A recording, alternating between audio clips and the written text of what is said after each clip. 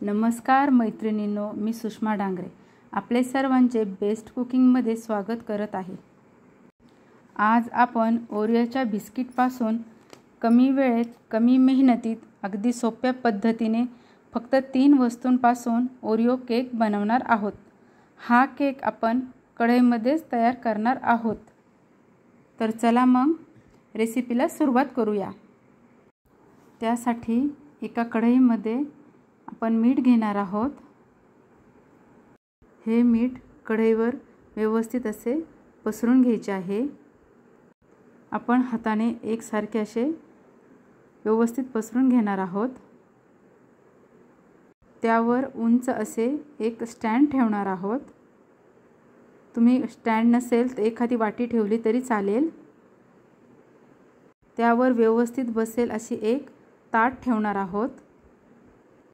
येथे आपण ओरिओचे 20 रुपयांना मिळतात ते बिस्किटचे पुडे घेतलेले आहे। एकूण आपण 3 बिस्किटांचे पुडे घेतलेले आहे।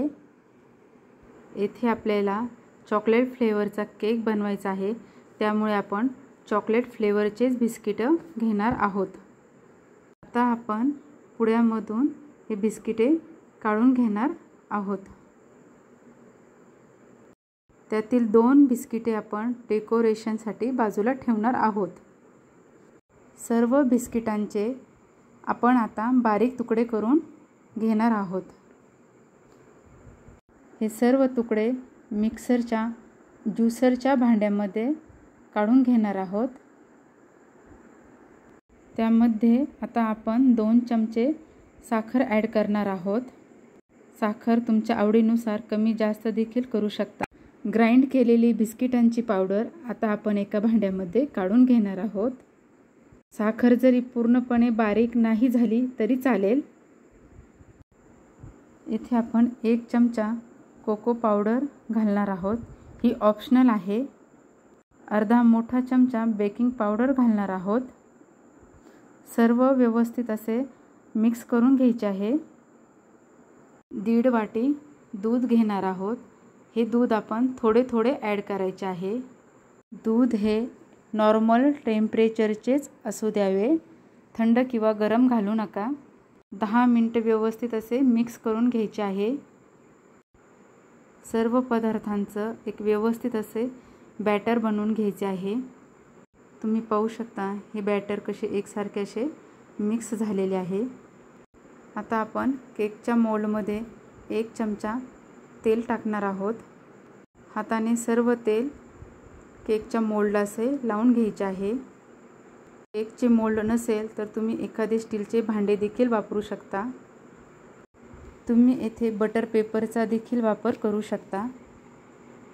1 चमचा सुका मैदा घेतलेला आहे।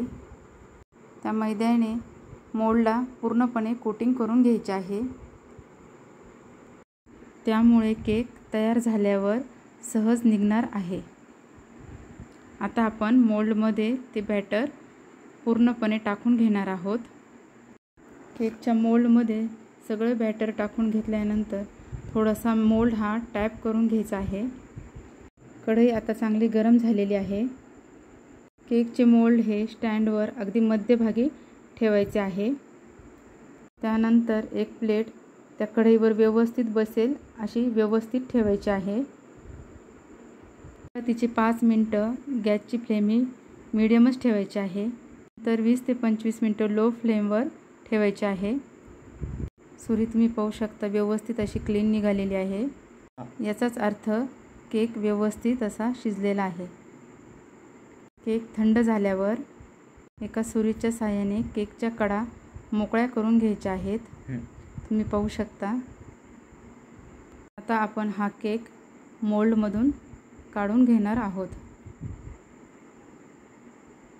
तुम्ही पाहू शकता ओरिओच्या बिस्किटापासून हा केक असा तयार झालेला आहे। मी ह्या केकवर डेकोरेशनसाठी चॉकलेट गणाचा वापर केलेला आहे। तर कसा वाटला ओरिओच्या बिस्किटापासून बनवलेला चॉकलेट केक? कसा वाटला हा व्हिडिओ? आवडल्यास लाईक, शेअर आणि सबस्क्राईब करा। धन्यवाद मैत्रिणींनो।